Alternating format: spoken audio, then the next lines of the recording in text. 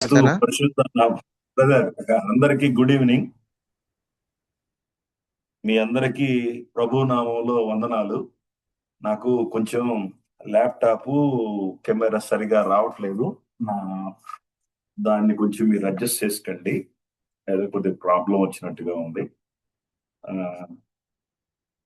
ఈరోజు దేవుడు మీ మధ్యలో నేను దేవుని వాక్యాన్ని అనగా ప్రభు ప్రేమను బట్టి మీతోటి నా కొరకు మీ కొరకు దేవుడు సిద్ధం చేసినటువంటి కొన్ని మాటల్ని పంచుకోవటానికి నేను ఎంతో సంతోషిస్తున్నాను. మరి మన సహోదరులు నన్ను వాక్యం మాట్లాడటానికి అనుమతిచ్చారు. వారికి నేను ఎంతో వందనాలు చెప్పాలి. నా గురించి పరిచయం చేసినటువంటి సహోదరుడు పెంచులీకి, మరి గ్రూప్ లో ఉన్న ప్రియమైనటువంటి సహోదరులందరికీ ప్రభు నామంలో వందనాలు.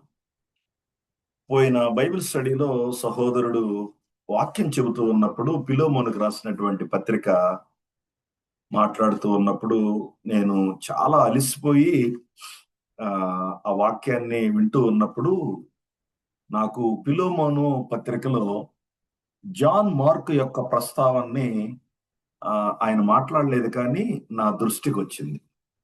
ఈరోజు నేను జాన్ మార్క్ గారి యొక్క జీవితాన్ని గురించినటువంటి కొన్ని ప్రాముఖ్యమైనటువంటి విషయాలు మీతో పంచుకోవాలని నేను ఎంతో ఇష్టపడుతూ ఉన్నాను.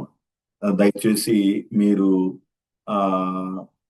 చాలా ఓపెన్ మైండ్ తోటి ఆలోచన చేయాలని నేను కోరుకుంటున్నాను.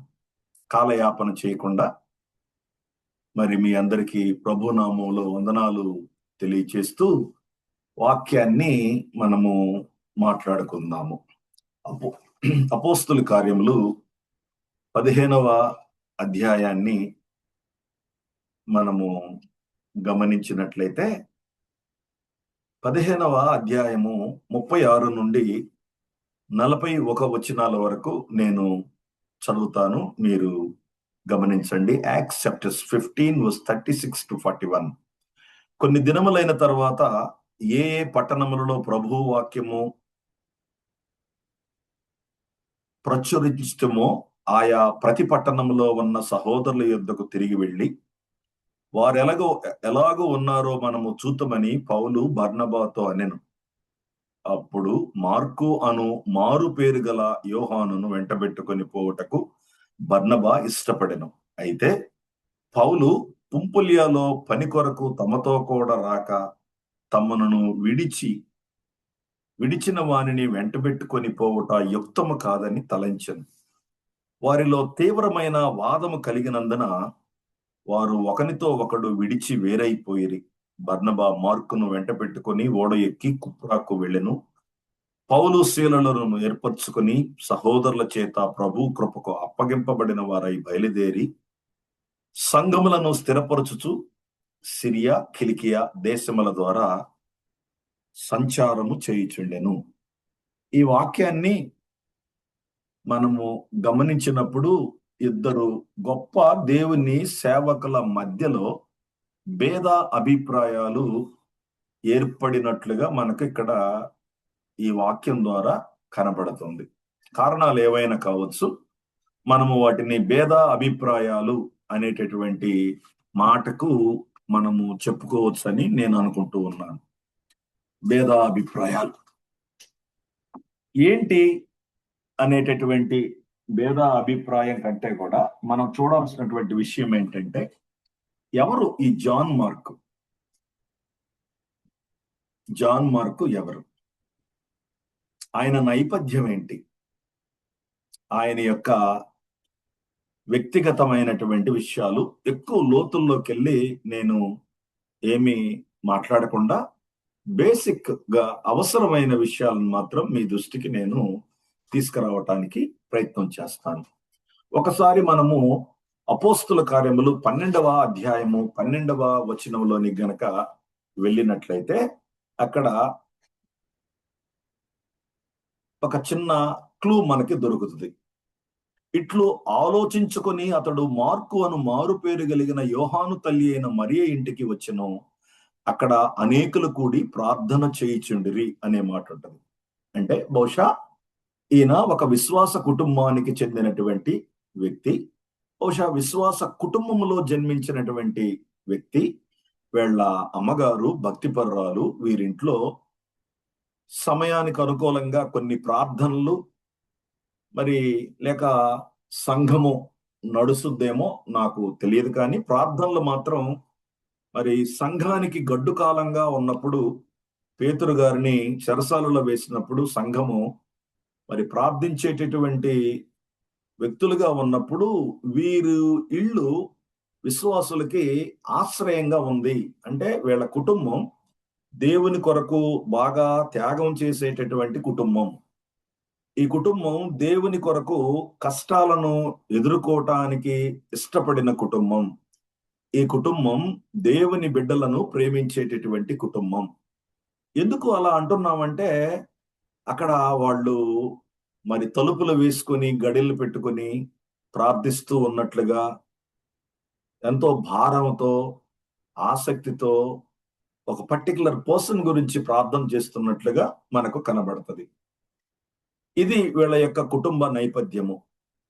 కొలసీలకు రాసినటువంటి పత్రిక 4వ అధ్యాయము 10వ వచనాన్ని గనక గమనించినట్లయితే ఈయన బర్నబా అనేటటువంటి సహోదరుడికి లేకపోతే పౌలు గారితో కలిసి పరిచర్య చేసినటువంటి బర్నబాకి బంధువు అని కూడా కొలేషియన్ చాప్టర్ 4:10 మనకు కనబడుతుంది. నాతో కూడా చెరసాలలో ఉన్న అరిస్తార్కును బర్నబాకు బంధువైనటువంటి మార్కుకు నేను వందనాలు చెప్పుచున్నాను అని అంటాడు. సో మార్కు అనేటటువంటి వ్యక్తికి బంధువు, బర్నబా అనేటటువంటి వ్యక్తికి బంధువు. ఈ బర్నబా ఎవరు అని గనక మనము గమనించినట్లయితే ఈయన 4వ అధ్యాయము అపోస్తుల కార్యములు 4వ అధ్యాయము 36-37 వచనాలను గనక చూసినట్లయితే కుప్రాలో పుట్టిన లేవీడగు యోసేబు అను ఒకడుండెను. అతనికి అపోస్తలు హెచ్చరిక పుత్రుడు అని అర్థమిచ్చు బర్నబా అను పేరు పెట్టి ఉండిరి. ఇతడు భూమి గలవాడై ఉండి దానిని అమ్మి దాని వెల తెచ్చి అపోస్తల పాదముల యొద్ద పెట్టెను. ఎంతో దాతృత్వం కలిగినటువంటి వ్యక్తి, మరి ప్రభు నెరిగినటువంటి వ్యక్తి, అపోస్తులకు అందుబాటులో ఉండేటటువంటి వ్యక్తి. అపోస్తుల్లో ఆయన పేరు మార్చారు. ఈయన దేవుని పరిచర్య కొరకు పైసలు విరివిగా ఖర్చు పెట్టేటటువంటి వ్యక్తి. మరికొన్ని విషయాలు గమనించినప్పుడు పౌలు గారిని మరి పెద్దలకు పరిచయం చేసిన వ్యక్తి. అలాగా ఆయన గురించి చెప్పుకోవచ్చు. జాన్ మార్క్ అనేటటువంటి వ్యక్తి మరి అపోస్తుల కార్యములు 13వ అధ్యాయాన్ని గనక మనం గమనించినప్పుడు పౌలు గారు బర్నబా గారు కలిసి మొదటి మిషనరీ యాత్ర చేసేటటువంటి సమయంలో వారికి సహాయకుడుగా ఆయన ఉన్నట్లుగా, మరి ఆ సహాయకుడుగా ఉండటానికి వెళ్ళినటువంటి ఈ ప్రియమైనటువంటి సహోదరుడు మార్కు మధ్యలో మరి మానేసి వచ్చినట్లుగా మనకు అర్థం అవుతుంది. ఒకసారి యాక్ట్స్ చాప్టర్ 13:13 కనుక చూస్తే, తర్వాత పౌలును అతనితో కూడా ఉన్నవారు ఓడ ఎక్కి పాపు నుండి బయలుదేరి పుంపులియాలోనున్న పెర్గేకు వచ్చి అచ్చట యోహాను వారిని విడిచిపెట్టి యెరూషలేమునకు తిరిగి వెళ్ళెను. సో పని మధ్యలో వారిని విడిచిపెట్టి ఈయన వచ్చినట్టుగా ఉంది. సేవ మధ్యలో వదిలేయటం, బాధ్యత లేకపోవటం. మనము ఒక కోణంలో ఆలోచన చేస్తే వయసు రీత్యానో, అనుభవం లేకనో, జ్ఞానం లేకనో, భారం లేకనో, బాధ్యత లేకనో బహుశా అక్కడ ఆహారము, వసతులు, ప్రయాణాలు, మరి అక్కడున్న ప్రజల యొక్క పరిస్థితులు అన్ని చూసి ఆ కష్టాలను భరించలేక బహుశా ఆయన వెనక్కొచ్చాడేమో. మనకు స్పష్టత లేదు. కొన్ని కామెంటేటర్స్ చాలా విషయాలు రాశాయి, కానీ వాటిని మనము పరిగణలోకి తీసుకొని మాట్లాడితే విమర్శనాత్మకమైనటువంటి విధానంలోనికి మనం వెళతాం. అలా కాకుండా బైబిల్ ఆధారంగా దేవుని లేఖనాల్లో ఉన్నటువంటి విషయాలను మనము గనక పరిశీలన చేయటానికి గనక ప్రయత్నం చేస్తే మనకు మంచి విషయాలే అర్థం అవుతాయి. ఇప్పుడు ఈ జాన్ మార్కుని మధ్యలో విడిచిపెట్టి వెళ్ళినటువంటి జాన్ మార్కుని రెండవ మిషనరీ జర్నీలో తీసుకువెళదాము అని బర్నబా గారు పౌలు గారితోటి చెప్పటం మనము 15వ అధ్యాయము 36 నుండి 41 వచనాల వరకు చూసాం. దానికి పౌలు గారు 37వ వచనంలో ఉన్న మాట ఏమిటంటే, యాక్ట్స్ 15:37 లో ఉన్న మాట ఏమిటంటే, బర్నబాని మనం గమనిస్తే మార్కుని వెంట పెట్టుకొని పోవటానికి బర్నబాకి ఇష్టం ఉందంట. కానీ మధ్యలో ఎగ్గొట్టి వచ్చినటువంటి వ్యక్తిని వెంట పెట్టుకొని పోవటం నాకెందుకో భావ్యంగా లేదని మరి పౌలు గారు మాట్లాడాడని 38లో ఉంది. 39లో వారిద్దరికి మధ్యలో భేద అభిప్రాయాలు, లేకపోతే అతని పట్ల ఇరువురికి ఒక రకమైనటువంటి మాటలు నడిచాయి. ఆ మాటలు కొంచెం తీవ్రంగానే నడిచాయి. కాబట్టి వారి మనసులు ఏకం కాని కారణం చేత ఇరువురు వేరైపోయి ఒకరు ఒక పక్కకు, మరొకరు ఇంకొక ప్రక్కకు వెళ్ళినట్లుగా, జాన్ మార్క్ మాత్రం బర్నబాతో వెళ్ళినట్లుగా, పౌలు గారు సేలను తీసుకొని బయలుదేరినట్లుగా మనకు ఇక్కడ అర్థం అవుతుంది. పౌలు గారి యొక్క ఉద్దేశం బహుశా పని మధ్యలో వదిలేసి వెళ్ళిన వ్యక్తి అని, మిషన్ లో ఉన్నటువంటి విషయాలను అర్థం చేసుకోలేకపోయినా నమ్మకమైన వ్యక్తి కాదేమోనని, నమ్మకస్తుడు కాదేమోనని బహుశా ఆయన మాట్లాడి ఉండుండొచ్చు. అయితే బర్నబా గారు ఇక్కడ నాకు చాలా ఆసక్తికరమైనటువంటి రోల్ ప్లే చేసినట్లుగా నాకు అనిపిస్తుంది. ఆయన జాన్ మార్కుని తన వెంట పెట్టుకొని వెళ్ళాడు. బర్నబా అంటేనే ప్రోత్సహించేవాడు అని అర్థం. బర్నబా మార్కుని విడిచిపెట్టలేదు, అతనిని తిరిగి కట్టటానికి ప్రయత్నం చేస్తా ఉన్నాడు. ఇక్కడ మనము ఆలోచన చేస్తే చాలా మంది వ్యక్తులు ఒక 25 సంవత్సరాల క్రితం, 30 సంవత్సరాల క్రితము యుఎస్ఐలో కమిటీ మెంబర్స్ గాను, లేకపోతే చక్కగా సువార్త పనిలో పాల్గొనే వాళ్ళు గాను, బైబిల్ స్టడీస్ తీసుకున్న వాళ్ళు గాను ఉన్నటువంటి వ్యక్తులు చాలా మంది ఇప్పుడు అసలుకి ప్రభువులోనే లేరని చెప్పాలి. చర్చిలకు వెళ్ళట్లేదు, యుఎస్ఐ మినిస్ట్రీలో కూడా లేరు. వాళ్ళ యొక్క వ్యక్తిగత, కుటుంబ, ఉద్యోగ, వ్యాపార జీవితాలకే వాళ్ళు అంకితమయ్యారని చాలా మంది గురించి విన్నాము, కొంతమందిని కూడా చూసాము. సరే, వాళ్ళని మనము ఏ కోశాన కూడా ఏమి అనటానికి వీల్లేదు. ఇక్కడ నేను మాట్లాడాలనుకుంటున్న 2 విషయాలు. మొదటి విషయం ఏంటంటే, పడిపోయిన వారిని ప్రోత్సహించేటటువంటి బర్నబాలు కావాలి ఈ రోజుల్లో. క్రైస్తవ జీవితంలో ఒడిదుడుకులు వస్తాయి, విశ్వాసంలో వెనకడుగు వేయటానికి కొన్ని పరిస్థితులు దాపురిస్తాయి.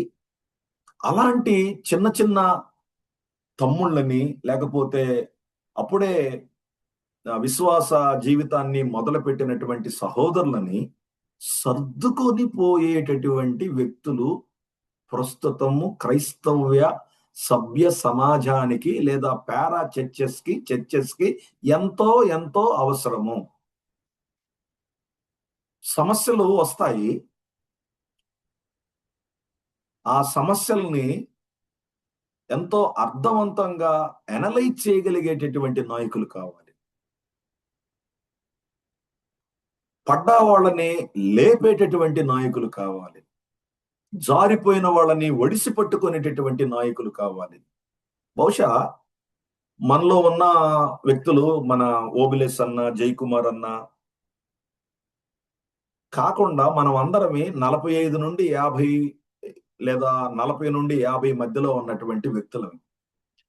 రాబోయే 10 ఏళ్లలో ప్రభువు గనక మనల్ని బ్రతికిస్తే మనం నాయకులం అవుతాం. మనం ఇప్పుడు నాయకులం కాదు, మనము నాయకుల కింద పనిచేసేటటువంటి సహోదరులము. లేదా ఒకవేళ ప్రభువు యొక్క కృప నీకు నాకు మెండుగా అనుగ్రహించి నీకున్నటువంటి విషను విచిత్రమైనదై ఉంటే మీరు ఈ పాటికే నాయకులై ఉంటారు. ఇన్ఫాక్ట్ మీరు పనిచేసేటటువంటి కార్పొరేట్ సెక్టార్లో మీరు పెద్ద నాయకులే, మీరు పనిచేసేటటువంటి రకరకాల ఏరియాలో మీరు నాయకులే. కానీ ఆధ్యాత్మిక జీవితంలో మనకున్న అనుభవ రీత్యా, వాక్య జ్ఞానం రీత్యా, వయసు రీత్యా మనము ప్రస్తుతానికి నాయకులు కాకపోవచ్చేమో, కానీ రాబోయే రోజుల్లో దేవుడు తప్పక మనలను నాయకులుగా వాడుకుంటాడు అనేటటువంటి మాటలో మాత్రం ఏమాత్రం అవాస్తవం కాదు. నేనేం కోరుకుంటున్నానంటే, ఈ వాక్యాన్ని నేను ధ్యానం చేసిన తర్వాత మనలను దేవుడు కొంతమందిని ఎంకరేజ్ చేసేటటువంటి వ్యక్తులుగా వాడుకోవాలని ప్రభువు కోరుకుంటున్నాడు. చాలా మంది జీవితాల్లో వాళ్ళ వ్యక్తిగత, కుటుంబ, ఉద్యోగ, సేవా జీవితంలో పర్సనల్ లోపాలు ఉంటే ఉండొచ్చు. ఉండటం మంచిది అని నేను అనట్లేదు. ఉండాలి అని అది బైబిల్ కోరుకుంటుందని నేను చెప్పట్లేదు. ఉండకూడదు. కానీ ఉండున్నా కానీ మనం మనుషులను ప్రేమించగలిగేటటువంటి స్థాయికి మన నాయకత్వం ఎదగాలి. భేద అభిప్రాయాలు ఉంటాయి, డిఫరెన్స్ ఆఫ్ ఒపీనియన్స్ ఉంటాయి. మనం చెప్పిన మాటకి మనకంటే చిన్నవాళ్ళో లేకపోతే మనకంటే పెద్దవాళ్ళో ఏకీభించకపోవచ్చు, మనల్ని అంగీకరించకపోవచ్చు, మన మాటని కంప్లీట్ గా పక్కకు తోసేయచ్చు. Yet we need to be a lovable brother. నాతో దేవుడు మాట్లాడాడు. మన ఏఎఫ్సి గ్రూప్ లో ఉన్నటువంటి వ్యక్తులు నాకు వాక్యం చెప్పమని అడిగితే నాకు అర్థం కాల నేనేం చెప్పాలో. పోయిన దినాన సహోదరుడు ఫిలోమోనుకు రాసిన పత్రికను నేను విన్న తర్వాత నాకెందుకో ఈ విషయాల గురించి మీతో మాట్లాడాలని అనిపించింది. బర్నబా అలాంటి వ్యక్తిత్వం కలిగినటువంటి వ్యక్తి. సరే, ఈ మార్కు నేర్చుకునేటటువంటి వ్యక్తిగా కూడా ఉన్నాడు. నేర్పించేవాడు ఉండాలి, నేర్చుకునేవాడు కూడా ఉండాలి. నేర్చుకునేవాడు లేకపోతే ఎవడు నేర్పించలేడు, నేర్పించేవాడు లేకపోతే నేర్చుకునేవాడు నేర్చుకోలేడు. సో ఇక్కడ బర్నబాలు కావాలి, మార్కు లాంటి మార్పుని కోరుకునేటటువంటి వ్యక్తులు కూడా కావాలి. నేను ఆ విషయాన్ని చాలా చాలా ఆలోచన చేస్తున్నాను. చెప్పేవాడి దగ్గర జ్ఞానం ఉంటే వినేవాడి దగ్గర ఓపిక కూడా ఉండాలి. ఈ రోజుల్లో చాలా మంది దగ్గర వినే ఓపిక లేదు. కారణాలు ఏమన్నా కావచ్చు. ప్రభువైన యేసుక్రీస్తుని సొంత రక్షకుడుగా అంగీకరించినటువంటి ప్రతి వ్యక్తి నేర్చుకోవటానికి ఇష్టపడాలి. బైబిల్లో గొప్ప జ్ఞానం కలిగిన పండితులు ఎవరు లేరు. అందరూ విద్యార్థులే. గ్రాడ్యుయేట్స్ ఎవరు లేరు బైబిల్లో యూలో కాదండి, బైబిల్లో గ్రాడ్యుయేట్స్ ఎవరు లేరు. అందరూ లెర్నర్స్. మన జీవితంలో మనము ఎదిగే క్రమంలో ఎక్కడైనా జారిపోయి ఉంటే, ఎక్కడైనా తప్పిపోయి ఉంటే, మనల్ని సరిచేయటానికి ఎవరైనా ఇష్టపడి ముందుకొస్తే మనము వాళ్ళని హక్కున చేర్చుకోవాలి. బహుశా మార్కు పొరపాటున తన వ్యక్తిగత జీవితంలో ఈ ఏమంటారు దాన్ని, ఎలా చెప్పాలి, పొరపాటు చేశాడేమో. కానీ ఈ బర్నబా గారు ఎంకరేజ్ చేస్తే, బర్నబా గారు తనతో ఎంట పెట్టుకొని పోతే నేను రానులేనండి, అనవసరంగా ఎందుకు నా గుండా మీకు గొడవలు, నేను రానులేండి అని అలిగో లేకపోతే అపార్థం చేసుకోనో చికాకు పడో ఆయన కూడా వెళ్ళిపోయి ఉండొచ్చు. కానీ మార్కు ఆయన తోటి వెళ్ళటానికి ఇష్టపడ్డాడు. ఎంత అభివృద్ధి చెందాడు మార్కు. ప్రియ దేవుని అన్నలారా, మీరు గమనిస్తే మార్కులో జరిగిన మార్పు అంత ఇంత మార్పు కాదు, గొప్ప మార్పు జరిగింది మార్కులో.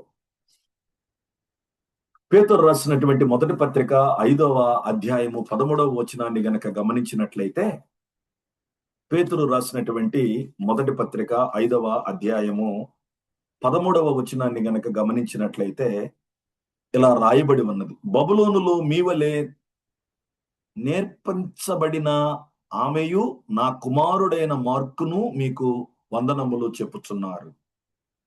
సో ఈయనకి పేతురు గారితో కూడా మంచి సంబంధాలు ఉన్నాయి.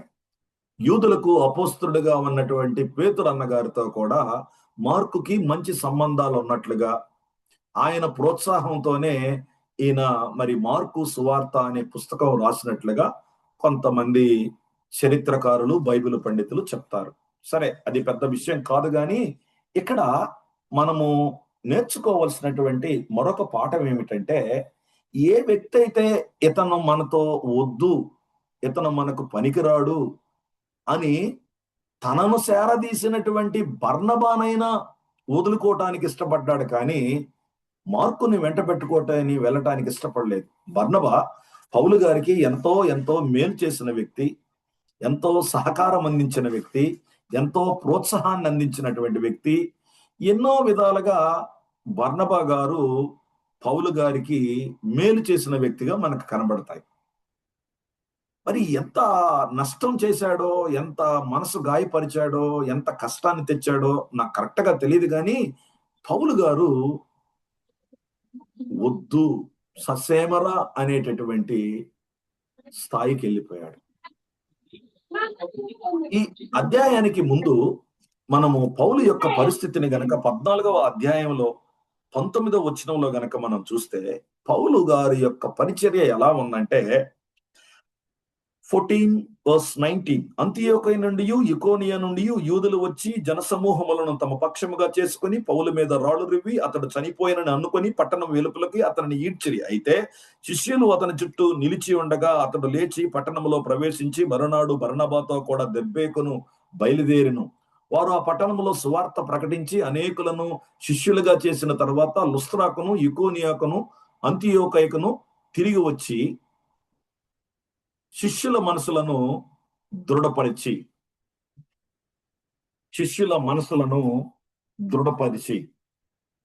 ఎంత కష్టపడి చేస్తా ఉన్నాడు పౌలు గారు. ఒక్క నిమిషం అండి, ఎక్స్క్యూజ్ మీ, 1 minute.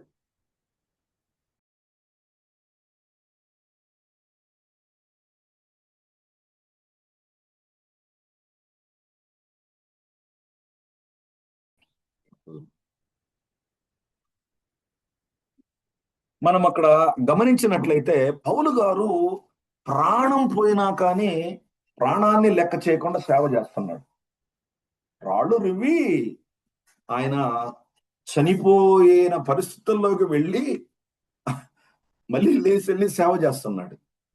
చాలా సార్లు మనము పేకల లోతులో పరిచర్య పనిలో నిమగ్నమయ్యి మన డబ్బుని, మన టయాన్ని, మన టాలెంట్ ని, మన రిసోర్సెస్ ని మనం వినియోగిస్తూ ఉంటాం కానీ మనకంటే చిన్నోళ్ళు చేసిన తప్పుల్ని మనం క్షమించలేము.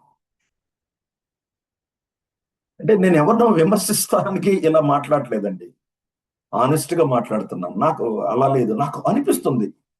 నేను ప్రభువుని 1993వ సంవత్సరంలో యుఎస్ఐ ద్వారా కావల్లో ప్రభువుని నమ్ముకున్న దినము నుండి ఇప్పటి వరకు అనేకమైనటువంటి గొప్ప గొప్ప లేదా చిన్న మధ్య తరగతి విశ్వాసులతో ఉన్నటువంటి పరిచర్యాన్ని నేను గమనిస్తున్నప్పుడు చాలా మంది అద్భుతంగా పరిచర్య చేస్తారు, అద్భుతంగా డబ్బులు ఖర్చు పెడతారు, అద్భుతంగా బైబిల్ స్టడీలు తీసుకుంటారు, అద్భుతంగా అన్ని చేస్తారు.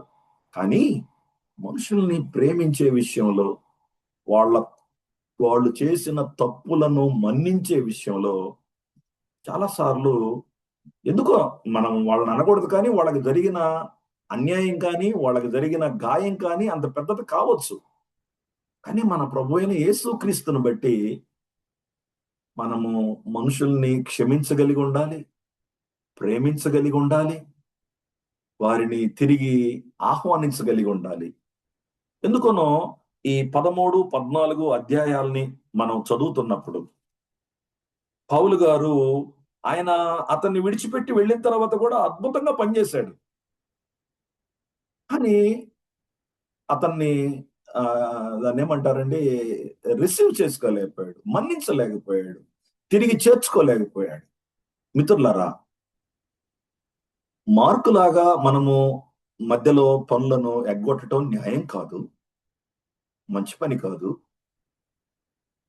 పౌలు గారిలాగా, అంటే పౌలు గారిని క్రిటిసైజ్ చేసే అంత గొప్ప జ్ఞానం కలిగిన వ్యక్తినేం కాదు నేను. కానీ పౌలు గారు కూడా, ఎందుకో నాకు అనిపించింది, పౌలు గారు కూడా అలా ప్రవర్తించకుండా ఉంటే బాగుండేదేమో అని అంటన్నా. అక్కడ సిట్యుయేషన్ నాకు తెలీదు. కానీ ఎంతో పరిణితి చెందినటువంటి వ్యక్తిగా ఆయన అలా చేసి ఉండుండకూడదేమో అనిపించింది. అయితే పౌలు గారు గూడా ఎదుగుతూ ఉన్నాడు. బహుశా ఆయన కూడా ఎదిగేటటువంటి క్రమములో సరైనటువంటి అవగాహన లేకుండా, సరైన క్షమాపణ లేకుండా, సరైనటువంటి ప్రేమ లేకుండా ఉండుండొచ్చేమో. పరిస్థితులను బట్టి, మనుషులను బట్టి, కాలాలను బట్టి, విశ్వాస యొక్క జీవితంలో జరిగేటటువంటి మార్పుల్ని మనం అర్థం చేసుకోవాలి. అయితే పౌలు గారి గురించి ఇక్కడ మనము గొప్ప మాటలు చెప్పాల్సిన విషయం ఏంటంటే, ఇంతకు ముందు మనం చదివామే. ఏంటి? కొలస్సీలకు రాసినటువంటి పత్రిక 4వ అధ్యాయము 10వ వచనంలో పౌలు గారు మార్కుని ఎలా అభినందిస్తున్నాడో మనం గమనిద్దాం. కొలీషియన్ చాప్టర్ 4 వర్స్ 10లో మనం గమనిస్తే ఆయన అంటున్న మాట ఏంటంటే, మార్కు మీకు వందనములు చెప్పుచున్నారు. ఈ మార్కును గూర్చి మీరు ఆజ్ఞలో పొందితిరి. అతడు మీ యొద్దకు వచ్చిన యెడల ఇతన్ని చేర్చుకొనండి. ఇతన్ని చేర్చుకొనండి. ఏ వ్యక్తినైతే వద్దన్నాడో, ఏ వ్యక్తినైతే నాతో పాటు ససేమరా అన్నాడో, కొంతకాలం అయిన తర్వాత మరి కొన్ని విషయాల్లో మరి ఆయనకి ఈయన గురించినటువంటి ఆహ్, సమాచారం అందిన తర్వాత ఆయన గారు చెబుతున్నటువంటి మాటేమిటంటే, మార్కు గనక మీ దగ్గరకు వస్తే మార్కుని మీరు చేర్చుకండి. మార్కు గనక మీ యొద్దకొస్తే మార్కుని చేర్చుకండి. ఎంత మంచి మాటో! మన జీవితంలో కూడా ఒకప్పుడు ఒక వ్యక్తి చేసినటువంటి పనికిమాలిన పని వల్ల మనం కోప్పడి పక్కన పెట్టినా, ఆ వ్యక్తి ఆ తర్వాత అభివృద్ధి చెంది, పరిణితి చెంది, విశ్వాసంలో ఎదిగాడు అన్నటువంటి సంగతి మనకు అర్థమైనప్పుడు, అతన్ని మనము తప్పక ప్రేమించగలిగి ఉండాలి. అప్రిషియేట్ చేయాలి. చాలా సార్లు మన జీవితంలో మనం అప్రిషియేట్ చేయలేం. మన మనసులో వాడు అట్టాంటి వాడు, ఇట్టాంటి వాడు, ఆడి నైజం ఇది, వాడి బ్యాక్‌గ్రౌండ్ ఇది. మనుషులు మారతారా బ్రదర్? మనుషులు మారతారు. మనుషులు మారతారు. మనం మారలేదా? మనల్ని మన ప్రభువు వారు మార్చలేదా? మనల్ని మార్చిన మన ప్రభువు వారు వాళ్ళని కూడా మార్చగలడు కదా! మారుస్తాడు కదా!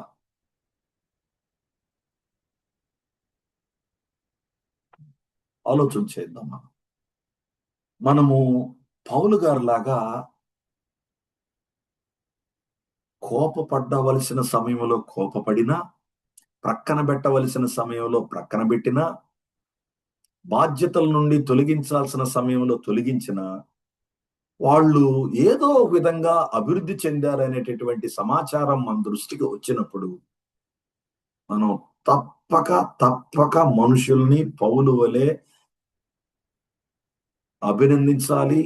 వారిని రిసీవ్ జేసుకోమని మనకు సత్సంబంధాలు కలిగినటువంటి వ్యక్తులకు మనం సిఫార్సు చేయాలి. నాకు చాలా ఆశ్చర్యం వేసింది. ఎంత గొప్ప మనసు పౌలుది. ఎంత గొప్ప మనసు. ఎంత గొప్ప మనసు. బహుశా ఈయన కూడా నేర్చుకున్నాడేమో. ఈయన కూడా పరిణితి చెందాడేమో. లేకపోతే పరిణితి చెందాడు అనే దానికంటే కూడా మార్కులో కలిగిన మార్పు ఈయన చెవులకి వినపడింది. Yes brothers. మనం ఎక్కడ సాక్ష్యం పోగొట్టుకున్నామో, ఎక్కడ మనము మన జీవితంలో విలువలు లేవు అని ఇతర వ్యక్తుల చేత మనం అనిపించుకున్నామో, అక్కడ వరకు మన విలువల్ని, మన విశ్వాసాన్ని మ్రోగేటట్లుగా మనం పోరాడి ముందుకు సాగాలి. అది మార్కు చేయగలిగాడు. అది పౌలు గారు గుర్తించగలిగాడు. చేర్చుకోమంటున్నాడు. చేర్చుకోమంటున్నాడు. చాలా కాలం క్రితం వద్దు అన్నాడు. ఇప్పుడు చేర్చుకోనండి అని అంటున్నాడు. ఫిలోమోనుకు రాసినటువంటి పత్రికలో పోయినసారి చంద్రశేఖర్ బ్రదరు మనతో మాట్లాడుతున్నప్పుడు ఆయన ఆ ఏమంటారు దాన్ని ఆ పత్రికను మాట్లాడుతున్నప్పుడు 24వ వచనంలో ఈయన గురించి కూడా ప్రస్తావన, మరి ఆ పత్రిక క్షమాపణ గురించినటువంటి పత్రిక. మరి ఒక దొంగను ఒక యజమాని తిరిగి చేర్చుకోమని రికమెండ్ చేస్తున్నటువంటి పత్రికలో ఇతని పేరు ఉందండి. మార్కు పేరుంది. 24వ వచనంలో చూస్తే మన ప్రభువును యేసు క్రీస్తు కృప మీకు 23 24 కలిసి ఉన్నాయి. 24లో అంటున్న మాట ఏమిటంటే, నా జత పని వారైన మార్కు. మార్క్ ఎవరంట? జత పనివాడంట. ఎవరికి జత పనివాడు? వద్దురా నువ్వు నాతోటి మాట విననివాడా, అపనమ్మకస్తుడా, నా మిత్రునైనా వదులుకుంటా నీ గురించి అని ఎంతో ఎంతో ఇరిటేట్ చేసినటువంటి వ్యక్తి ఇప్పుడు పౌలు గారికి ఏమయ్యాడంటే, మిత్రులారా, జత పని వాడయ్యాడంట. ఇక్కడ మార్కుని మనము అభినందించాలి. ఎంత మారి ఉంటాడో, ఎంత వర్క్ చేసి ఉంటాడో, ఎంత ఎంత ఏమంటారు దాన్ని, ప్రయాసపడి ఉంటాడు. అరే అన్నోళ్ళకి నేను ఇలా చేశాను, చేసి ఉండాల్సింది కాదు, తెలియజేశాను, చాలా తప్పు జరిగిపోయింది, లేదు లేదు లేదు లేదు, నన్ను ప్రభు పిలిచాడు, ప్రభు కొరకు జీవించడానికి ముందుకొచ్చి నాగటి మీద చెయ్యి వేసి వెనకడుగు వేయటానికి ఏమాత్రం నేను ఇష్టపడను అని చెప్పి బహుశా ఆ దాన్ని ఏమంటారండి, బర్నబా గారి నాయకత్వంలో ఎంతో ఎంతో నేర్చుకున్నాడు, ఎంతో నేర్చుకున్నాడు, ఎంతో మార్చుకున్నాడు. He learned, he turned, he earned. ఆయన జీవితంలో ఇవి జరిగాయి. ఒక వ్యక్తి ఇంకొక వ్యక్తి మనసును గెలుచుకోవటం అంటే అది అంత సామాన్యమైన పని కాదు, అంత ఈజీ పని కాదు. 15వ అధ్యాయంలో ఉన్నటువంటి రప్చర్ అంత తేలికైంది కాదు. నేను దాన్ని ఎందుకు మాట్లాడలేదంటే, I don't want to criticize Paul and Mark, which is not my business.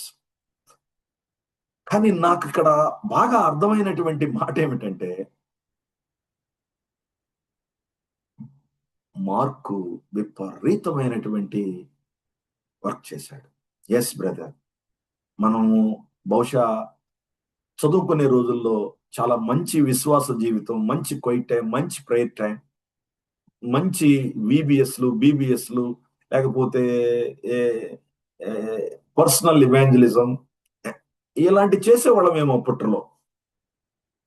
ఇప్పుడు లేదేమో.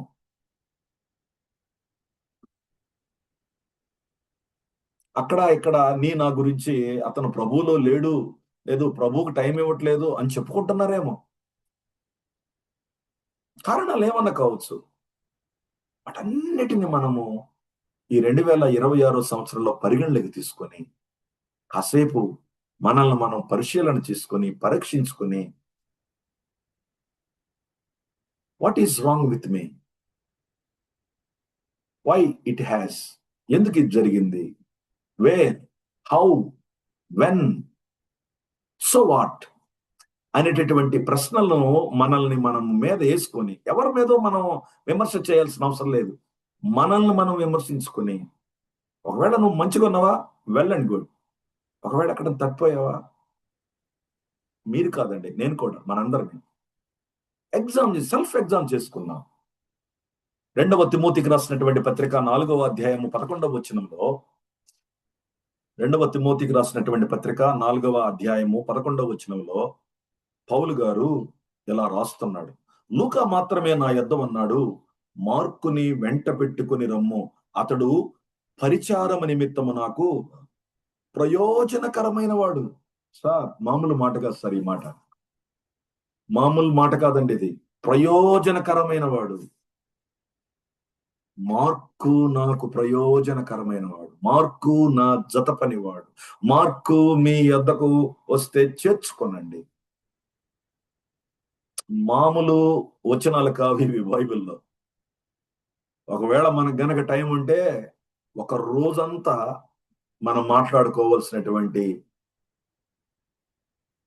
గన్ షాట్స్ ఇవి. విశ్వాస జీవితంలో, విశ్వాస ప్రయాణంలో, సేవా జీవితంలో ఎంతో మందితో మనకు భేద అభిప్రాయాలు ఉండొచ్చు. మన తప్పే లేకపోయి ఉండొచ్చు. తప్పంతా అవతల వాళ్ళదే అయి ఉండొచ్చు. కానీ మనము పౌలు వలె, బర్నబా వలె మార్పు పొందగలిగినట్లు, మార్పు పొందిన వారిని అంగీకరించగలిగినట్లు ఉండాలి. పౌలు యొక్క అభిప్రాయం మారింది.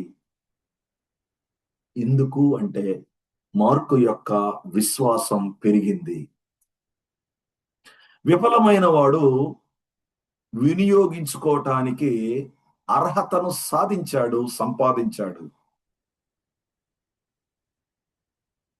ప్రభు మన జీవితాల్లో ఈ మాటల ద్వారా ఏమి నేర్పించాలనుకుంటున్నాడో నాకైతే తెలియదు, కానీ మనల్ని మనం పరీక్షించుకుంటే మనకు అర్థమవుతుంది.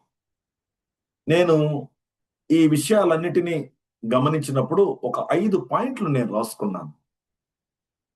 మొదటి పాయింట్ ఏంటంటే, మన జీవితంలో విఫలం అనేది చివరిది కాదు. మన జీవితంలో మనం ఎక్కడైనా ఫెయిల్ అయితే, ఎక్కడైనా పోగొట్టుకుంటే, ఎక్కడైనా జారిపోతే, ఎక్కడైనా పాపం చేస్తే అది నా జీవితానికి అంతం కాదు.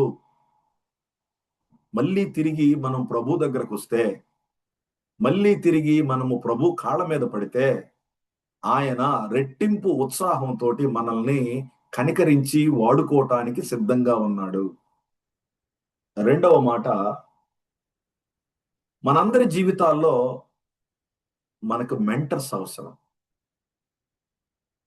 నువ్వు, నేను, మనము ఎంత ఏజీకెళ్ళినా మనకు మెంటర్స్ కావాలి. నా జీవితంలో నేను చాలా మేళ్లు పొందాను మెంటర్స్ వల్ల. వాళ్ళు నన్ను అనేక సార్లు కరెక్ట్ చేశారు, అనేక సార్లు గద్దించారు, అనేక సార్లు బుద్ధి చెప్పారు, అనేక సార్లు బోధించారు, అనేక సార్లు డైరెక్ట్ చేశారు, అనేక సార్లు నువ్వు చేస్తుంది తప్పు, మానుకో అని చెప్పారు. ఈ రోజు నేనేదో గొప్పగా చెప్పట్లేదు, కానీ మీ ముందు నిలబడి వాక్యం చెప్పటానికి కారణం నాకు కొంతమంది యొక్క ఆధ్యాత్మిక నాయకుల యొక్క మెంటర్షిప్. గుర్తుపెట్టుకోండి, నేను మీకంటే బహుశా అన్నిట్లో చిన్నవాడినే, నేను ఒప్పుకుంటున్నాను. మన ఆధ్యాత్మిక జీవితంలో మనకు మెంటర్స్ కావాలి. మనకు మెంటర్స్ కావాలి. ఆ మెంటర్స్ ఎలాంటి వాళ్ళు అయి ఉండాలంటే, బర్నబా లాంటి వాళ్ళు అయి ఉండాలి. ఎవరినంటే వాడిని పెట్టుకోకూడదు. వాక్యం బాగా తెలిసినోడై ఉండాలి. దేవునికి బాగా భయపడేవాడై ఉండాలి. మనల్ని బాగా ప్రేమించేవాడై ఉండాలి. నిర్మోహమాటం కలిగిన వాడై ఉండాలి. యథార్థంగా మాట్లాడగలిగేవాడై ఉండాలి. మన క్షేమాన్ని, మన యొక్క మేలుని కోరేవాడై ఉండాలి. ఈ లక్షణాలన్నీ ఏ వ్యక్తిలో ఉన్నాయో ప్రార్థించి, పరిశీలించి, ఆ వ్యక్తి దగ్గరికి వెళ్ళి, అన్నయ్య నువ్వు నాకు మెంటర్‌గా ఉండని చెప్పి మనము ఆయన్ని బతిమలాడి పెట్టుకోవాలి. సో మెంటర్స్ కావాలి. బర్నబా లాంటి మెంటర్స్ కావాలి. మూడవది, మన దేవుడు రెండవ అవకాశాన్ని ఇచ్చేటటువంటి దేవుడు. Hour God is God of second chance. మన దేవుడు రెండవ అవకాశాన్ని ఇస్తాడు. మార్కుకి రెండవ అవకాశాన్ని. మార్కుకి ఏంటి, బైబిల్లో అనేక మందికి అనేక అవకాశాలు ఇచ్చాడు. నేను రెండవ అవకాశం అని ఎందుకు అంటున్నానంటే, ఆయన మనల్ని అంత ప్రేమిస్తున్నాడు. నీ సేవలు ఆయనకు అవసరం. నీ సేవ, నా సేవ, మన సేవ ఆయనకి ఎంతో అవసరం. అందుకే భూమికి పునాదులు వేయబడక మునిపే మనల్ని క్రీస్తు యేసు ప్రభులో ఆయన చూశాడని బైబిల్ చెప్తా ఉంది. మనం ఊరికే రక్షించబడలేదు. మనం ఏదో యాక్సిడెంట్‌గా రక్షించబడలేదు. మన మీద దేవుడు ఎంతో ఇన్వెస్ట్ చేశాడు. మన ద్వారా ఈ దేశానికి లేదా మన ప్రాంతంలో ఉన్న ప్రజలకు ఎంతో సేవ జరగాలని దేవుడు కోరుకుంటున్నాడు. He had a great plan as well as he will provide all the provision. ఆయన మనకు అన్ని వనరులను ఇవ్వటానికి సిద్ధంగా ఉన్నాడు. మనం ఒకవేళ పడిపోతే మనల్ని ఆయన తిరిగి లేపి అవకాశాలు ఇచ్చేటటువంటి దేవుడు. 4వ విషయాన్ని మాట్లాడాలనుకుంటే వీటిలో విశ్వాసంలో మనము ఎంతో అభివృద్ధి చెందాలి. ఆయన ఎంతైనా నమ్మదగిన వాడు. నువ్వు ఎదిగే కొలది నిన్ను మేళ్లతో దీవెనలతో నింపి నిన్ను ఊహలకు అందని విధముగా వాడుకుంటాడు. సువార్తల్లో ఒక సువార్త మార్కు పేరు మీద ఉందంటే ఏంటి సార్? ఎవరు సార్? అపోస్తలుడా? ఎంత చిన్నోడు? మిత్రులారా, దేవుడు మనకిచ్చే సెకండ్ ఛాన్సెస్ ని మనం వినియోగించుకుంటే, విశ్వాసంలో మనం ఎదిగితే, దేవుడు మనల్ని నమ్మి గొప్ప బాధ్యతలను, అసలు చూడండి, భూమి గతించిన, ఆకాశం గతించిన, నా మాట గతించదని చెప్పాడే. భూమి ఉన్నంత కాలం, బైబిల్ ఉన్నంత కాలం మార్కు పేరు మారుమోగుతూనే ఉంటది మార్కు సువార్త ద్వారా. What a privilege, what a honour. ఎలా సాధ్యమైంది ఇదంతా అంటే, పడ్డా కాడ కాకుండా ఎగిరి లేసి ముందుకు సాగి ఒడిసి పట్టుకున్నాడు ప్రతి అవకాశాన్ని. సో కాబట్టి విశ్వాసంలో ఎదిగాడు. చివరి మాట చెప్పాలనుకుంటే, తన జీవితంలో గొప్ప పునరుద్ధరణ జరిగింది. పునరుద్ధరణ జరిగింది. ఎలాంటి పునరుద్ధరణ జరిగిందంటే, ఏ అపోస్తలైతే వద్దు అన్నారో అదే అపోస్తల్లో అతను నాకు కావాలి, అతడు నా జత పనివాడు, అతడు నా ఏమంటారు నాకు ప్రయోజనకరమైన వాడు అని చెప్పగలిగేటటువంటి లెవెల్లోకి ఆయన ఎదిగాడు మిత్రులారా.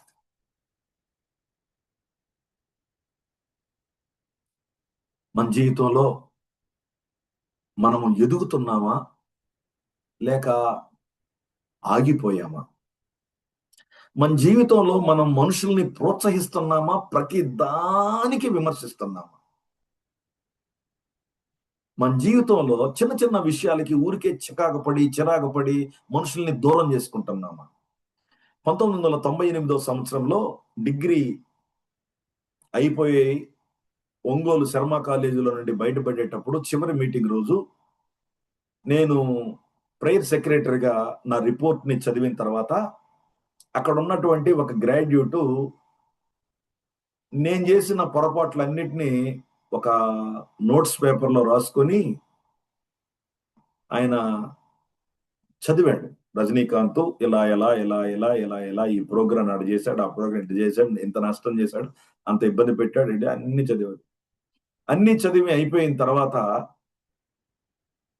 నాకు మరి ఎందుకు అంత ధైర్యం వచ్చిందో నాకు తెలియదు కానీ నేను ఎవరిని అడగకుండా నేనే పోయి నిలబడి, బ్రదర్ నా రూము పైన మీ రూమ్ ఉంటది, నా రూమ్ పైన మీ రూమ్ ఉంటది, మీరు ప్రతిరోజు నా రూమ్ ని 2 సార్లు క్రాస్ చేస్తారు, వెళ్ళేటప్పుడు వచ్చేటప్పుడు.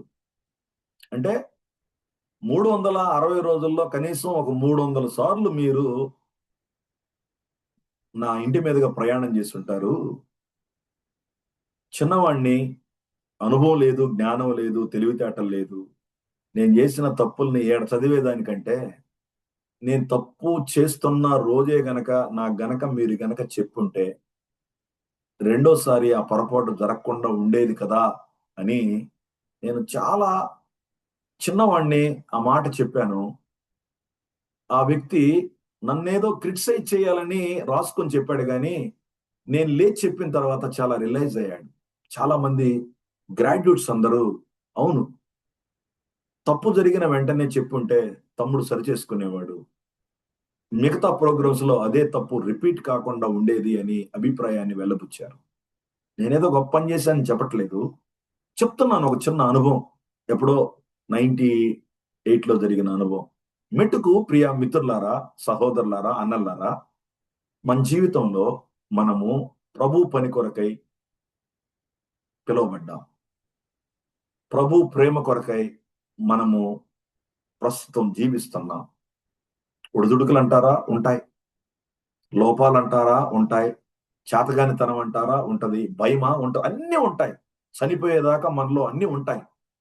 కానీ శేష జీవితంలో రిపీటెడ్ మిస్టేక్స్ ని ఐడెంటిఫై చేసి వాటిని మళ్ళీ మన దరికి రానియకుండా మనం ఒక కొత్త పందాలో ప్రభువు వైపు ప్రయాణం చేయాలి. మనుషుల్ని ప్రేమించాలి. నాకు నిజంగా మీకెవరికి తెలీదు నా గురించి. మా అన్న జయకుమార్ అన్నకి తెలుసు. నాకింత పేషెన్స్ ఉండేది కాదు. నేనింత మంచిగా మాట్లాడుతున్నాను అని నేనెప్పుడన్నా అనుకుంటే నాకు నవ్వొచ్చుద్ది. నేను ఫిల్తీ ఫెలోని. పర్ఫెక్ట్ మ్యాన్ కాదు. చాలా టెంపర్ నాది. పేషెన్స్ లేదు. కానీ దేవుడు నన్ను రకరకాల అనుభవాల గుండా తీసుకెళ్తున్నప్పుడు నన్ను ఆయన భలే నలగొట్టాడు. భలే కట్టాడు. భలే నా జీవితాన్ని ఆయన మార్చాడు. నేనేదో గొప్పవాడిని అయ్యానని చెప్పట్లేదు. I'm very sorry if you think like such a way. నా జీవితాన్ని దేవుడు మెల్లమెల్లగా ఆయన దారిలోకి తెచ్చుకుంటున్నాడు. ఆయన వాక్యాన్ని అర్థమయ్యేటట్లుగా నాకు తెలియజేస్తున్నాడు. నన్ను ప్రభువారు ఈ మాటలు ప్రేమతో మీకు తెలియచేయమని చెప్పాడు. మీరెవరైనా దీనికి ఏదైనా యాడ్ చేయాలనుకుంటే దయతో మీరు యాడ్ చేసి మరి పెంచిలియ సహోదరుడు దీన్ని కంక్లూడ్ చేయాలని కోరుకుంటున్నాను.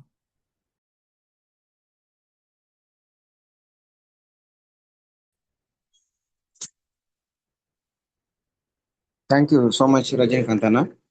చాలా చక్కగా దేవుని వాక్యాన్ని మీరు అందించి వాళ్ళందరినీ బలపరిచినారు. బట్టి దేవునికి స్తోత్రాలు చెల్లించుకుంటున్నాం. కన్క్లూజన్ విషయంలో ఎవరైనా ఏదైనా చెప్పదలుచుకుంటే దయచేసి మీ యొక్క అమూల్యమైన సజెషన్స్ కానీ ఫీడ్బ్యాక్ కానీ రిలేటెడ్గా ఉంటున్న మెసేజ్కి చెప్పగలరని మీకు మనం చేస్తున్నాం.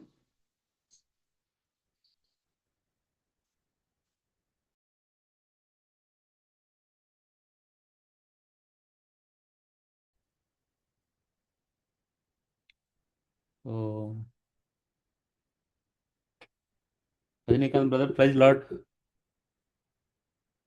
Good evening. Good evening JK.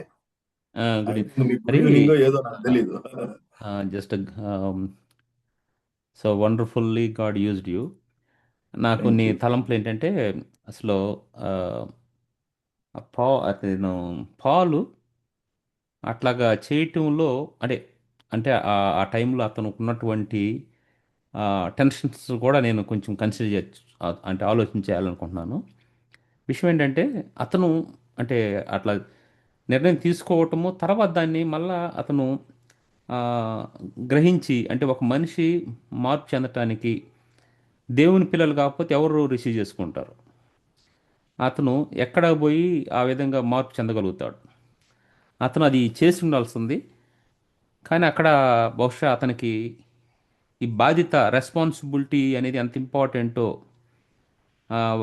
ఒకసారి మనం ఆ నిర్ణయం తీసుకున్న తర్వాత ప్రభువుని వెంబడించడానికి మళ్ళీ వెనక్కి తీయకూడదు అన్న ఆ ఆలోచన అనేది బలంగా అతనికి ఉండొచ్చు. దాన్ని బట్టి ఒకసారి అక్కడ వచ్చి మధ్యలో ఒక యుద్ధానికి వచ్చి మధ్యలో నేను చేయలేనని పోవటం వల్ల అక్కడ ఉన్న వాళ్ళకి కూడా కొంత డిస్కరేజ్గా ఉంటుంది. బహుశా పాలు ఆ విధంగా ఆలోచించాడని అనుకుంటున్నాను. అయితే పాలు అతన్ని ఖచ్చితంగా రిసీవ్ చేసుకోవాల్సింది బర్నబ్బా చేసినట్టుగా. తర్వాత ఒకవేళ ఇట్లా అన్నప్పుడు వెంటనే మళ్ళీ అతను కన్సిడర్ చేయాల్సింది. టైం పట్టింది. అది బర్నబ్బాని దేవుడు వాడుకున్నాడు. ఇక్కడ విషయం ఏంటంటే సంఘం అంటే మనకి పరిచర్యలో ఒక బాధ్యతని తీసుకోవడానికి వచ్చినప్పుడు, ఒక బాధ్యతని నిర్వహిస్తున్నప్పుడు మధ్యలో విడిచిపెట్టి పోవటం అనేది కూడా మంచిది కాదు. ఎందుకంటే యుద్ధానికి వెళ్ళి నేను యుద్ధం చేయలేను అని రావటం అసలు వెళ్ళకుండా ఉంటే మంచిది. అది అటువంటి ఫీల్డ్ అనమాట. సో అది ఇంకొకటి అక్కడ అంటే పాలు కొంచెం అతన్ని రిసీవ్ చేసుకొని ఉండాలి. తర్వాత అయినా కూడా ఫస్ట్ అతనికి పరిచర్య యొక్క సీరియస్నెస్ అర్థం కావడం కొరకు అట్లా రిఫ్యూజ్ చేసినా మరి అంత సీరియస్గా అతన్ని అంటే అతనితో రావద్దు, దాని విషయం మీద పెద్ద కాన్ఫ్లిక్ట్ అవటానికి బర్నబాతో అట్లా కాకుండా ఉండాల్సింది. అది ఒక తలంపు అన్నమాట. తర్వాత ఆనాడు ఈ యొక్క ఫిలోమోను అంటే అది ఒనేసిము తప్పు చేసినప్పుడు ఒనేసిమును అంగీకరించమని పిలోమోనికి ఒక పత్రిక రాయాల్సి వచ్చింది. పౌలు.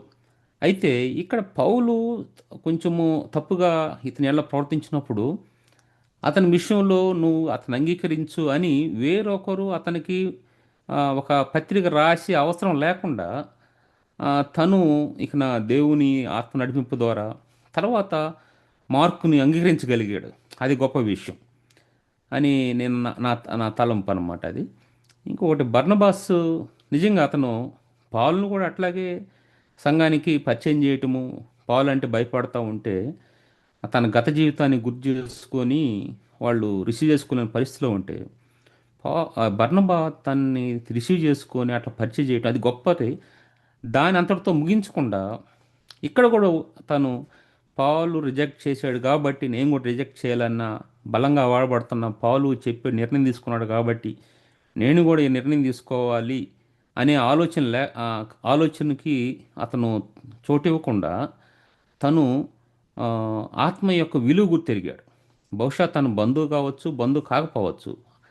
మనకి లేఖనాల పక్కన ఖజినా అని ఉంటుంది కానీ ఒకళ్ళు కాకపోయినా కూడా ఆత్మ అనేది చాలా ప్రాముఖ్యమని గుర్తిన్న బర్నబా ఆనాడు పాల్ని ఏ విధంగా ఇంట్రొడ్యూస్ చేశాడో ఆ సంఘము అతన్ని యాక్సెప్ట్ చేయనప్పుడు, అతన్ని నమ్మనప్పుడు, అదేవిధంగా ఇప్పుడు పాలు అతన్ని నమ్మలేని పరిస్థితిలో ఉన్నప్పుడు ఆ, అతన్ని అంగీకరించాడు.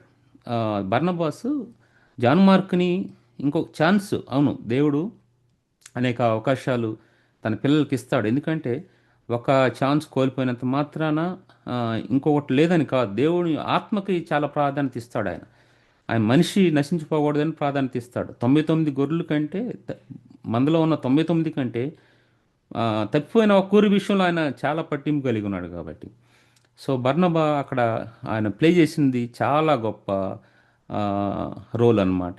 అదే జాన్ మార్క్ ఆ పత్రిక రాసే విషయంలో కూడా నిజంగా ఒకవేళ ఆనాడు అతను ఒక ఆ గ్యాప్ని ఫిల్ చేయడానికి ఒక బ్రిడ్జిగా, ఒక మోసేస్ లాగా అతను ఉండకపోతే, అక్కడ అడ్డం పడకపోతే అక్కడ అతను ఆ పత్రిక అనేది రాసి ఉండేవాడు కాకపోవచ్చాము. సో అటు ఇతను స్పిరిచువల్గా అభివృద్ధి చెంది మళ్ళీ రెస్టోర్ కావటము, నిజంగా ఎక్కడైతే రిజెక్ట్ చేసి చేయబడ్డాడో అక్కడే అతన్ని ఆ, అతన్ని మర్చిపోవద్దు అని అతని గురించి రికమెండ్ చేయటము, తీసుకురమ్మని చెప్పటము, ఇవన్నీ కూడా అతని స్పిరిచువల్ గ్రోత్. అంటే ఎక్కడా కూడా ఎవరన్నా మనల్ని ప్రతిసారి మనం చేసింది ప్రతి ఒక్కరూ యాక్సెప్ట్ చేస్తారని ఏం లేదు, కానీ రిజెక్ట్ చేసినా కూడా వీళ్ళు కానీ ప్రభుతో కనెక్ట్ అయి ఉంటే ఖచ్చితంగా ప్రభు ఏ స్థలంలో అయితే అతను రివ్యూ చేయబడ్డాడో మనం రివ్యూ చేయబడతాము. అక్కడే దేవుడు మళ్ళా నిలబెట్టుకునే సమర్థుడని ఆ, మనం అర్థం చేసుకోవచ్చు అని అనుకుంటున్నాను. Brother, thank you. Wonderful, wonderful. Thank you so much. మీరు ఇంకొక మెసేజ్ చెప్పారు. Thank you.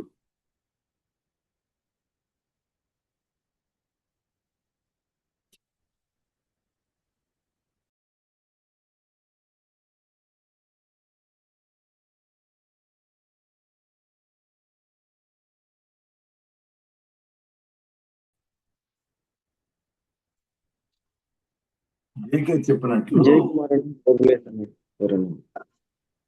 జేకే పెద్దలు. చెప్పినట్లు బంధువు అయినందుకు ప్రేమించలేదు. అసలు పౌలు ఏం బంధువైవి ఆయన్ని అపోస్తులకు పరిచయం చేశాడు, తార్సు వెళ్ళి అతన్ని కనుక్కొని తెచ్చాడు. సో బర్నబా అనే వ్యక్తి బంధుప్రీతి కలిగిన వ్యక్తి కాదు. ప్రభు బిడ్డల్ని, ప్రభు రక్తంతో కడగబడిన బిడ్డల్ని క్యాస్ట్, కలరు, గ్రీడ్ తో కాకుండా ప్రభు యొక్క ప్రేమతో ప్రేమించేటటువంటి వ్యక్తి అని మనం అర్థం చేసుకోవాలి. దాన్ని పెంచలేం. అన్న జై కుమార్ అన్న కానీ ఓబులేసాను కానీ ఫినిషింగ్ ఇవ్వాలని వాళ్ళు రిక్వెస్ట్ చేస్తారు.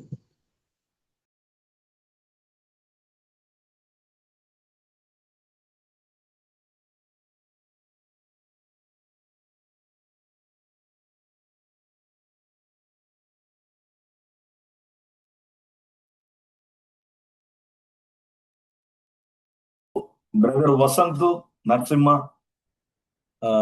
మరి ఎవరు నా దాంట్లో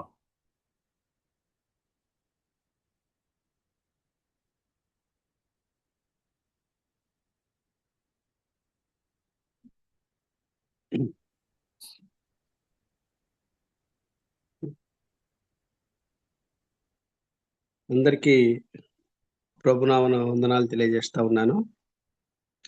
క్షమించండి, ఆలస్యంగా వచ్చాను. చివరి 4 పాయింట్స్ రజని కంక్లూడ్ చేస్తూ చెప్పిన చివరి 4 పాయింట్స్‌లో మరి నాకు ఆ మెంటార్‌షిప్ అన్నది నాకు నిజంగా మరొకసారి నా విద్యార్థి రోజులు జ్ఞాపకం చేసాయి నాకు. నిజమే. ఈ మెంటార్‌షిప్ ద్వారా నేను కూడా ఎంతో మేలు పొందాను. అసలు క్రైస్తవ భక్తి జీవితంలో నా మట్టుకు నాకు ఆయా స్టేజెస్‌లో కొంతమంది గ్రాడ్యుయేట్స్ నిజంగా నన్ను ఎంతగానో మెంటార్ చేశారు. అది ముఖ్యంగా యూ మినిస్ట్రీలో అది నేను మర్చిపోలేను. ఒక్కొక్కరిని అంటే చెప్తే చాలా ఉన్నాయి, కానీ ఫైనల్‌గా తమ్ముడు చెప్పినట్టు అది చాలా అవసరం. ఇప్పుడు దీన్ని బట్టి అసలు ఏ ఏజ్‌లో అయినా, ఎప్పుడైనా అని తమ్ముడు అన్నప్పుడు నేనిప్పుడు మెంటార్‌ని ఎత్తుకోవాల్సిన అవసరం వస్తుంది ఇప్పుడు. అంటే చాలా ఐసోలేట్ ప్లేస్‌లో ఉన్నా నేను ఇప్పుడు. ఇంకా అంటే దేవుని కృపను బట్టి సంఘంలో ఒక పెద్దగా ఉన్నప్పటికి కూడా అంటే నాకంటే పెద్దవాళ్ళని, ఆత్మీయుల్ని తమ్ముడు చెప్పినట్టు మంచి మరి దేవునిలో బాగా వాడబడుతున్న వాళ్ళని ఎన్నుకోవాల్సిన అవసరత ఉంది. అది చాలా అవసరము. ఈ మధ్య కాలంలో అది నేను ల్యాక్‌గా ఫీల్ అయ్యాను నేను అసలు. అంటే చూడ్డానికి ఇన్నేండ్ల జీవితంలో ఒకరిని నడిపించాల్సిన స్థితిలో ఉన్నప్పటికి కూడా అంటే నాకంటూ ఒకరు చెప్పేవాళ్ళు కావాలి అన్నది తమ్ముడు చెప్పిన దాన్ని బట్టి చూస్తే చాలా సార్లు దాని విషయంలో ఎందుకో ఒక ఇంకా నేను నాకేంది ఒకరు చెప్పేది అన్న ఒక ఇది వచ్చేసిన పరిస్థితులు చాలా సార్లు ఇబ్బందికి గురి చేసే పరిస్థితులు ఉంటాయి. కాబట్టి రజనీకి థ్యాంక్స్ చెప్తా ఉన్నాను. ఖచ్చితంగా అది ఎంతో అవసరము మన ఆత్మీయ జీవితాలకి. కాబట్టి ఇది నన్ను కొంత ఆలోచింపజేసింది. థ్యాంక్ యూ సో మచ్ అన్న. Thank you so much for your wonderful encouragement words. Mentorship అనేది నేను ఎందుకు అలా అన్నానంటే నా జీవితంలో చాలా సార్లు నన్ను కాపాడింది. నేను దేవుణ్ణి అడిగేవాడిని, ఆ తర్వాత మెంటర్ని కూడా అడిగేవాడిని. ఇదేమండి ఇలా అనిపిస్తుంది ఏంటంటే దేవుడు ఏం చెప్పాడో చాలా సార్లు మెంటర్ కూడా అదే చెప్పేవాడు. నేను ప్రార్థన చేసుకునేవాడిని, దేవా మెంటరు చెప్పే మాటలు మీ మాటలకి సరిపోవాలి ప్రభువా, చిన్నోడిని, జ్ఞానం లేదు, వాక్యం తెలియదు, ఇదేమో పెద్ద నిర్ణయం, మరి ఈ విషయంలో నాకు నువ్వు చాలా సహాయం చేయాలన్నప్పుడు చాలా సులువుగా దేవుడు మెంటర్ ద్వారా మాట్లాడేవాడు. సో అందుకని నేను ఆ విషయంలో ఏ ఏజ్ అయినా మనకి మన బుర్ర బ్రహ్మాండమైందే, కానీ మన బుర్రకి ఇంకొక బుర్ర యాడ్ అయితే అద్భుతంగా ఉంటుంది. థ్యాంక్ యూ అన్నగారు. Thank you. Thank you.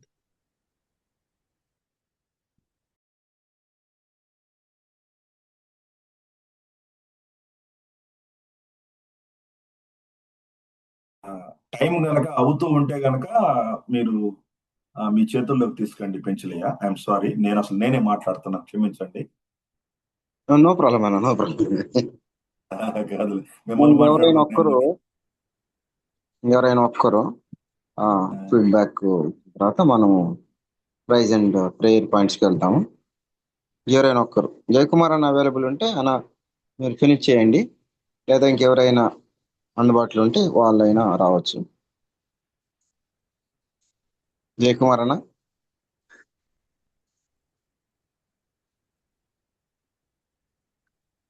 తమ్ముడు నేను జర్నీలో ఉన్నాను, it's not possible to me, please.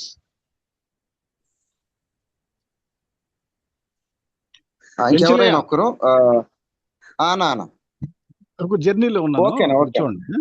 ఓకేనా ఓకే ఓకేనా, థ్యాంక్ యూ. ఇంకెవరైనా ఒక్కరు మరి ఈరోజు బైబిల్ స్టడీ విషయంలో మరి మీ ఫీడ్బ్యాక్ షేర్ చేసుకున్నట్లయితే మనం ముందుకు వెళ్దాం. దయచేసి ఎవరైనా ఒక్కరు, టైం అయిపోతుంది.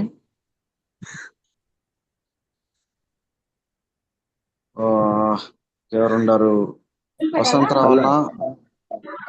అన్నా అన్నా గుడ్ ఈవినింగ్ అన్న. వసంతరావు అన్న ప్రూవ్ చేసుకున్నాను ప్లీజ్.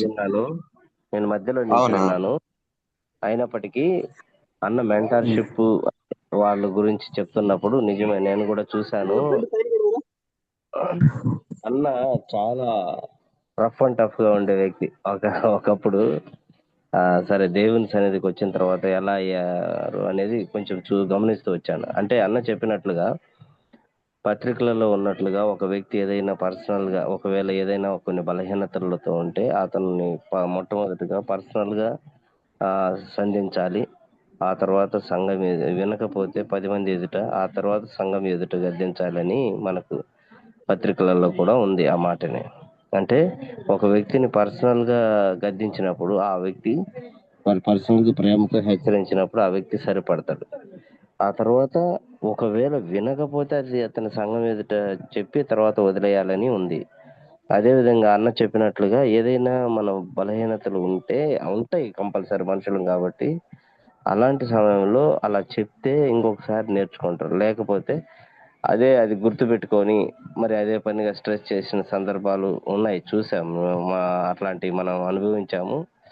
కాబట్టి మెంటర్షిప్ లో ఏదైనా కానీ మేలు కోరి స్నేహితుడు గాయం చేయును, పగవాడు లెక్కలేని ముద్దులు పెట్టును అన్నట్టుగా మన సహోదరులందరం కూడా ప్రేమతో ఏదైనా చేస్తే మరి సహోదరులమే కాబట్టి హెచ్చరిస్తే ఇంకొకసారి సరిపడతారు. మనం కూడా ఇతరులకు మరి రోల్ మోడల్ గా ఉండేదానికి అవకాశం ఉంటుంది.